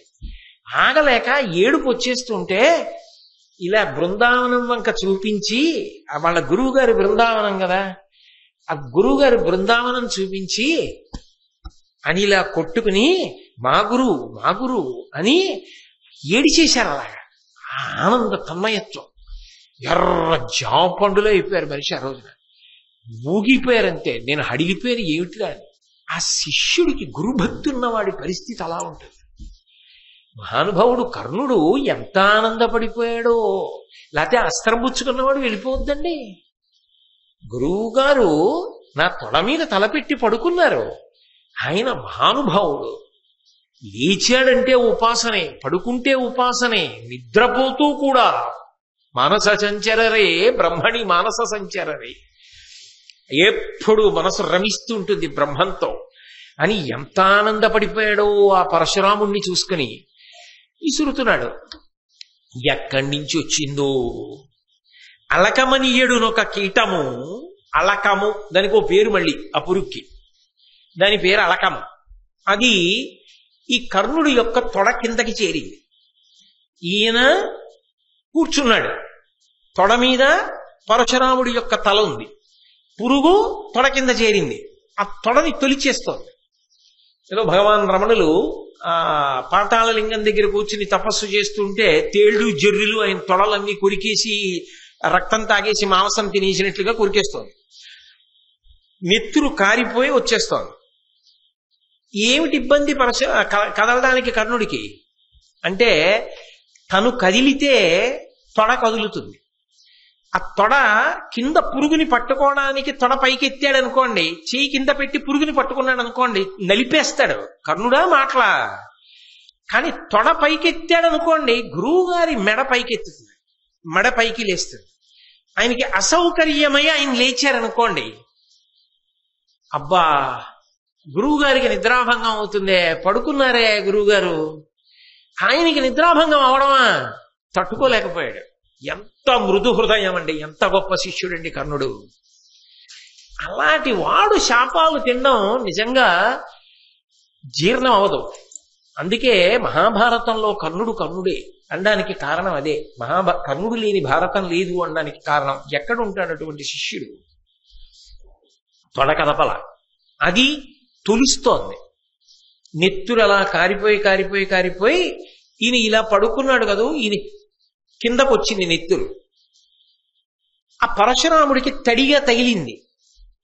ఏమిటి ఏదో తడిగా తగిలిందా ఆయనకి తెలివచ్చి లేచి చూశాడు, నెత్తురు కారుతోంది తొడ కింద నుంచి. అది ఆయనకి అంతటికి అంటుకుంది. ఆయన తెల్లబోయాడు. కర్ణుణ్ణి అడగలేదు, ఏమిట్రా అబ్బాయి, ఏమిటి అలా నీ తొడలోంచి నెత్తురుస్తోంది అని కర్ణుడిని అడగలేదు పరశురాముడు. ఈ దిక్కుమాలిన పురుగు ఏం చేసిందంటే, ఈ అలకము ఒక రాక్షస రూపాన్ని పొంది ఎదురుగుండా వచ్చి నిలబడి అయ్యా నా పేరు గ్రస్తుడు, నేను ఒక రాక్షసుణ్ణి, నేను ఒకప్పుడు భృగు మహర్షి యొక్క భార్యని అపహరించాను, ఆయనకి కోపం వచ్చి శపించాడు, నువ్వు కీటమవుతావు అన్నాడు. నేను అప్పుడు బుద్ధొచ్చి ఆయన కాళ్ళ మీద పడి నాకు శాప విమోచనం ఇప్పుడని అడిగాను. పరశురాముడు కావాలని చూడక్కర్లేదు, పరశురాముడి దృష్టిలో నువ్వు పడగానే నీకు శాప విమోచనం అన్నాడు. ఇవాళ మీరు పడుకున్నారు, మీ దృష్టిలో పడదామని నేను ఈయన తొడ కొరికాను, మీరు లేచారు, నేను బయటకు వచ్చాను. మీరు ఒక్కసారి ఏమిటది ఇలా చూశారా, నేను కనపడ్డాను, మీ దృష్టిలో పడ్డాను, నా శాప విమోచనం అయిపోయి రాక్షసుడిని అయిపోయాను. ఒక్క నమస్కారం, కృతజ్ఞుణ్ణి, నేను బయలుదేరుతున్నానని ఆయన వెళ్ళిపోయాడు. ఆయనకి శాప విమోచనం అయిపోయింది, బానే ఉంది. ఇక్కడ మీరు ఒక్కటి గమనించాలి, కర్ణుడిలో ఏమైనా దోషం ఉందా? ఆయన మనస్సులోనైనా కనీసం దోషం ఉందా? పాపం ఏం లేదు. అప్పటికి కూడా కర్ణుడు ఏమనుకుంటున్నాడంటే, బహుశా ఒరే నాన్న, ఇంత నిత్తురు గారిపోయినా నాకు నిద్రాభంగం అవుతుందని తొడకదపలేదా అంటాడనుకున్నాడేమో. ఏమిటో ఆయన కర్మ, భృగువంశంలో వాణ్ణి అని చెప్పకుండా క్షత్రియుణ్ణి అని చెప్పినా ఈ గొడవ లేకపోనేమో. ప్రారంధం అంటే అంతే, దురదృష్టవంతుడు పాపం. నిజంగా అది చెప్తే మాత్రం అబద్ధమే ఉందండి, ఆయన కుంతి కుమారుడు కాడు. ఈ పరశురాముడు ఆ తొడ కన్నం పడిపోయి ఇంత నెత్తురు గారిపోయింది కదా, ఇంత గొప్పవాడు కదా పరశురాముడు. ఈ పరశురాముడు ఇలా ఏ భావన లేకుండా చూస్తేనే ఒక కీటము రాక్షసుడైపోయింది. అంటే చూపుకంత శక్తి ఉంది. ఎవరు వీడు ఇంత భరించగలిగాడు? ఇంత గురుభక్తి ఎలా వచ్చింది? అసలు ఎవరు వీడని కళ్ళు మూసుకొని ఒక్కసారి ఆలోచిస్తే, ఇతడు సూర్యుడి నుంచి వచ్చాడు, కుంతి కుమారుడు అని తెలుస్తుంది కదా. తెలిస్తే బ్రహ్మాస్త్రం పొందడానికి ఆనాటి ఆ పెట్టిన నియమానికి సరిపోయిందిగా, కర్ణుడిని శపించక్కర్లేదుగా. కానీ ఇంత పరశురాముడికి, నేను ఈ మాట అనకుండా ఉండలేని, ఏమనుకోకండి, ఇంతటి పరశురాముడికి కర్ణుడు చేసిన శుశ్రూష జ్ఞాపకం రాలా, కర్ణుడి ఓర్పు జ్ఞాపకం రాలా. తను తొడ మీద పడుకుంటే తొడని పురుగు తొలిచేస్తున్న గురువుగారి సేవ చెయ్యాలని, నిద్రాభంగం కాకూడదని ఆయన పట్టినటువంటి ఓర్పు గుర్తురాలా. ఆయనకి ఏదో ఒక ధర్మ సూక్ష్మం గుర్తొచ్చి అన్నాడు, ఈ తాల్మి లేదు బ్రాహ్మణ జాతికి, నీవెవ్వడవు నిజంబరవుడు, నీ సూతజుడని వెరచుచూ ఆతండు ఆ మునివిరైణ్యుడతి కుపితుండయి. రే, నువ్వు భృగువంశానికి చెందినవాడినని చెప్పావు, ఒక్కనాటికి భృగువంశంలో నువ్వు పుట్టినవాడివైతే ఇంత ఓర్పు పట్టలేవు. పురుగు తొడని తెలుస్తూ ఉండగా నిర్భయంగా ఇలా ఓర్పు పట్టడం సాధ్యం కాదు. కాబట్టి నువ్వు నాకు అబద్ధం చెప్పావు, నువ్వెవరు అన్నాడు. అబద్ధం చెప్పాడని కోప్పడిపోయాడు తప్ప అబద్ధం చెప్పైనా చదువుకోవడానికి ఎంత తాపత్రయంతో వచ్చాడు అన్నది ఆలోచన చేయలే. ఆయన శుశ్రూషను ఆలోచన చేయలే, ఆయన ప్రేమని ఆలోచన చేయలే, గురుభక్తిని ఆలోచన చేయలే, కనీసం దివ్య దృష్టితో చూడలే. చూసినా ఉపద్రవం ఉండేది కాదు. ఆయనకి అర్థమైంది. కర్ణుడు పాపం ఏం దాచలా, రాధాసుతుణ్ణి అధిరథుడి కొడుకుని అని చెప్పాడు. గమనించాడు. గమనించి ఆయన అన్నాడు, నువ్వు నా దగ్గర అబద్ధం చెప్పి నేర్చుకున్నావు కాబట్టి నీకు నేను నేర్పినటువంటి అస్త్రములన్నీ భగ్నమైపోవుగాక. 1 × 2 × 3 × 4 × 5 × 6 అంటున్నాను అనుకోండి, నేను ఆఖరణ నేను ఎక్కడ ఆపుతానో అంత డబ్బిస్తాను మీకు అన్నాను అనుకోండి. నేను అంటున్నప్పుడు మీరు ఏమనుకుంటారు? 1 2 2 2 3 6 6 4 24 24 5 120 ఇలా పెరుగుతోంది, అబ్బా ఎంత ఇస్తాడో అనుకుంటారు. నేను 1 × 2 × 3 × 4 × 5 × 6 × 7 × 8 × 9 × 10 × 11 × 0 అన్నాను అనుకోండి, ఎంత ఇస్తాను? 0. 33 కోట్లు రానివ్వండి, 33 కోట్లు × 0 0. ఇన్ని కష్టాలు చివరికి ఏమయ్యాయి? ఈ అస్త్రములన్నీ భగ్నమైపోతాయి. అంటే ఇవేవి ప్రయోజనకరములు కావు. పోని అక్కడతో పోయిందా? ఇవి నేర్చుకోవడానికి వెళ్ళినందుకు ఒక కొత్త శాపం కూడా వచ్చింది. అర్జునుడితో యుద్ధం చేసేటప్పుడు రథచక్రం దిగబడిపోయింది. అయితే ఒక్క విషయాన్ని ఆలోచించవలసి ఉంటుంది. కర్ణుడికి ఎందుకు ఇన్ని శాపాలు? ఏమిటి ఆయన తప్పు? అసలు ఆయన దోషం ఏమిటి అని విచారణ చేస్తే, నేనైతే వ్యక్తిగతంగా నా అభిప్రాయం, ఆ సందర్భాలలో కర్ణుణ్ణి దోషం పట్టడం సాధ్యం కాదు. ఆయన తాపత్రయం అటువంటిది. కానీ ఒక్కటి మాత్రం బాగా గమనించాలి, కర్ణుడు మంచివాడు, కర్ణుడు గురు శుశ్రూషా తత్పరుడు. కర్ణుడికి అస్త్రములన్నీ ఫలించాయనుకోండి, అప్పుడు కర్ణుడు ఇవన్నీ ఎవరి మీద ప్రయోగిస్తాడు? పాండవుల మీద వేస్తాడు. ఇవన్నీ శక్తులు పొంది కర్ణుడు గెలిచాడు అనుకోండి, కర్ణుడు అవుతాడా రాజు? ఇన్ని మంచి గుణాలు ఉన్నవాడు ఒక్క మంచి గుణం లేని దుర్యోధనుడు అవుతాడు. అప్పుడు అధర్మానికి పట్టాభిషేకం జరుగుతుంది. అప్పుడు ధర్మం నశించిపోతుందా? నశించిపోదా? కర్ణుడికి వచ్చిన పెద్ద సమస్య సంఘదోషం. ఇవి కర్ణుడికిస్తే దీని ఫలితాన్ని దుర్యోధనుడు అనుభవిస్తాడు. కాబట్టి కర్ణుడు తన కొరకు కాదు, దుర్యోధనుడి కొరకు వాడతాడు. కాబట్టి ఇవి ఫలించకుండుగాక, ఇవి ఆయన యందు చేరకుండుగాక. ఆ శక్తి చేరకపోగా ఆయనకున్నటువంటి పటుత్వం ఏదైతే ఉన్నదో అది క్షీణించిపోవడానికి కారణమైంది. ఒక శాపం వెంట ఒక శాపం, ఒక శాపం వెంట ఒక శాపం తగులుతూ వచ్చాయి. కవచకుండలములు జారిపోయి, శక్తి అస్త్రమును పొందిన ఘటోత్కచుడి మీద పడిపోయింది. తల్లి చివరి నిమిషంలో వచ్చి చెప్పింది, నలుగురిని చంపనని చెప్పి ప్రతిజ్ఞ చేశాడు. అన్ని కమ్ముకొచ్చేసాయి చుట్టూ. దాని వలన ఏమైపోయిందంటే అనేకమైన పరిమితులలోకి వెళ్ళిపోయాడు. ఇన్ని పరిమితులలోకి వెళ్ళిపోయిన వాడు చిట్ట చివరికి అన్యమనస్కుడయ్యాడు. ఇది పైకి చెప్పలేడు, ఎవ్వరితో చెప్పలేడు. కానీ నిజానికి యుద్ధానికి వెళ్ళి చూడగానే అమ్మకిచ్చిన మాట, తనవారు తన మీద నమ్మకం పెట్టుకున్న దుర్యోధనుడు తన దగ్గర ఇన్ని అస్త్రాలు ఉన్నాయి అని అనుకుంటున్నాడు. ఇన్ని అయిపోయిన తర్వాత వెళ్ళి దుర్యోధనుడితోటి, దుర్యోధన దుర్యోధన నాకు కొత్తగా 2 శాపాలు వచ్చాయన్నాడు అనుకోండి. తన మాట ఏమో కానీ చాలా చాలా బాధపడిపోయేవాడు ఎవరు? నమ్మకం పెట్టుకున్నందుకు దుర్యోధనుడు. ఆ దుర్యోధనుణ్ణి బాధ పెట్టలేడు. నన్ను నమ్ముకుని కదా ఇంత చివరకు వచ్చేసాడు, ఇక ఇద్దరి మధ్య సంధి పొసగదు. ఇంకా ఈ స్థితికి వచ్చేసిన తరువాత దుర్యోధన నలుగురిని చంపను, పరశురాముడు నా అస్త్రములు భగ్నం అయిపోతాయన్నాడు, ఇంకొక ఆయన నా రథచక్రం భూమిలో దిగిపోతుందన్నాడు. ఇవన్నీ చెప్తే దుర్యోధనుడికి జ్వరం వస్తుంది తప్ప ఉపయోగం ఏమైనా ఉందా? చెప్పకుండా ఉంటే ఆహా ఇంత ఉందనుకుని వెళ్ళి చచ్చిపోతాడు. ఎలాగో అదే జరుగుతుంది. కాబట్టి చెప్పకపోతే వచ్చిన నష్టం ఏమిటనుకున్నాడో ఏమో మరి. అందుకని తిరిగి వెళ్ళిపోయాడు. పరశురాముడికో నమస్కారం పెట్టాడు, తిరిగి వెళ్ళిపోయాడు. ఇన్ని కష్టాలు పడి ఇంత శుశ్రూష చేసి ఏం పొందాడంటే 2 శాపాలు పొందాడు. పొంది దుర్యోధనుడి దగ్గరికి వెళ్ళాడు. దుర్యోధనుడు గబగబా ఎదురొచ్చాడు, లోపలికి తీసుకెళ్లాడు. మిత్రమారా అన్నాడు, అంతఃపురంలో కూర్చోబెట్టాడు. ఫలించిందా నీ శుశ్రూష, పొందావా దివ్యాస్త్రాలు అన్నాడు. నిజానికి కర్ణుడు పొందలేకపోవడానికి కారణం ఎవరు? దుర్యోధనుడే. కానీ ఆ దుర్యోధనుడి మనసు కష్టపెట్టలేని బలహీనతే కర్ణుడిది. ఇన్ని జరిగిన కష్టపెట్టలేడు. ఆ కోణంలోకి వెళ్ళడు అసలు. అందుకే అన్నాడు, అధిప పరశురామునాశ్రయించితి కృతాస్త్రుండనైతి, నన్ను భండనమున మార్కొనంగలేరు మగలి జగంబున అనుడు అతడు ప్రమురితాత్ముడయ్యి.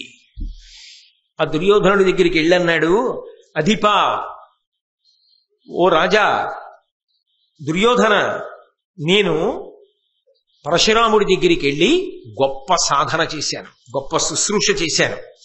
కృతాస్త్రుండనైతి, అన్ని అస్త్రములు నాకు వచ్చాయి, తెలుసుకున్నాను వరకు నిజమే, భగ్నమైపోతాయి అది చెప్పాడా? అది చెప్పడం. కాబట్టి కృతాస్త్రుండనైతి, నన్ను భండనమున మార్కొనంగలేరు మగలి జగంబుననుడు. అసలు ఈ లోకంలో ఏ వీరుడు కూడా నన్ను ఎదుర్కొనలేడు. ఇది మాత్రం అబద్ధమేగా, తనకి తెలుసుగా, తన అంతరాత్మకి తెలుసుగా. కానీ కర్ణుడు ఆ మాట అన్నాడు అంటే కేవలము ఆ మిత్ర ప్రేమ. ఆ దుర్యోధనుడు బెంగెట్టుకోకూడదు. అందుకని నన్నెవ్వరు ఏం చేయలేరు అనేటప్పటికీ సంతోషపడ్డవాడు ఎవరంటే దుర్యోధనుడు. అతడు ప్రమిదితాత్ముడయ్యే, పరమ సంతోషాన్ని దుర్యోధనుడు పొందాడు.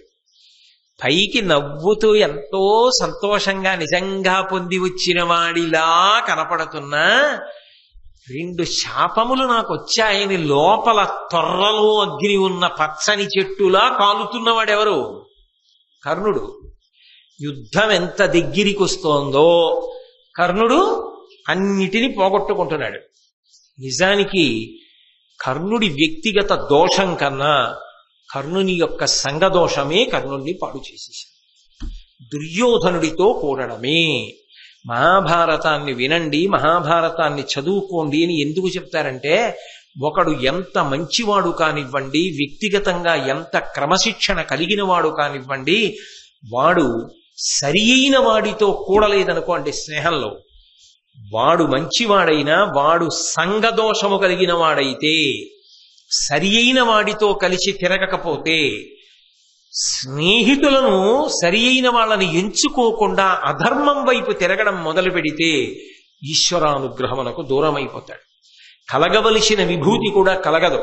అందుకే మనిషి ప్రయత్నపూర్వకంగా తెలుసుకోవలసింది ఏమిటి అంటే, తాను కష్టపడుతూ ఉండడమే కాకుండా తాను లోపల బాగా స్నేహితుడు అని పట్టుకోవలసింది ఎవరిని అంటే ధర్మమునందు అనురక్తి ఉన్నవాడిని, అలా భగవద్భక్తి కలిగిన వాడిని, ఆ ఒరిపిడి యందు నిలబడగలిగిన బలమున్నవాడెవరుంటాడో వాణ్ణి స్నేహితుడిగా లోపల అంగీకరించాలి. అంగీకరించి వాడితో కలిసి ఉన్నాడనుకోండి, అది ఉభయుల యొక్క అభ్యున్నతికి దారితీస్తుంది, కృష్ణార్జునుల్లా ఉంటుంది.